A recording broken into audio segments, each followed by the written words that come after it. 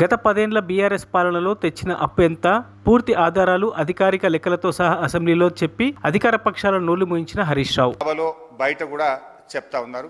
నిన్న బడ్జెట్ ప్రసంగంలో కూడా చెప్పారు. డిసెంబర్ 23 నాడు మీరు విడుదల చేసిన శ్వేతపత్రంలో 4 రకాల అప్పులను మీరు చూపించారు. అందులో 2 రకాల అప్పులేమో రాష్ట్ర ప్రభుత్వం చెల్లించాల్సినటువంటి అప్పులు, 2 రకాల అప్పులేమో రాష్ట్ర ప్రభుత్వం చెల్లించదు, రాష్ట్ర ప్రభుత్వం మీద భారం లేనటువంటి అప్పులు.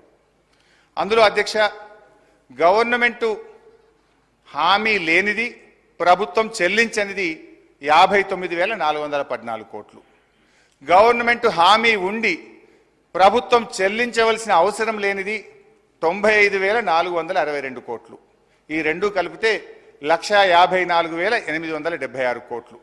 అంటే మీరు చెప్పిన 6,71,757లో ఈ 1,54,000. మరిన్ని అప్డేట్స్ కోసం మా ఛానల్ ని సబ్స్క్రైబ్ చేయండి.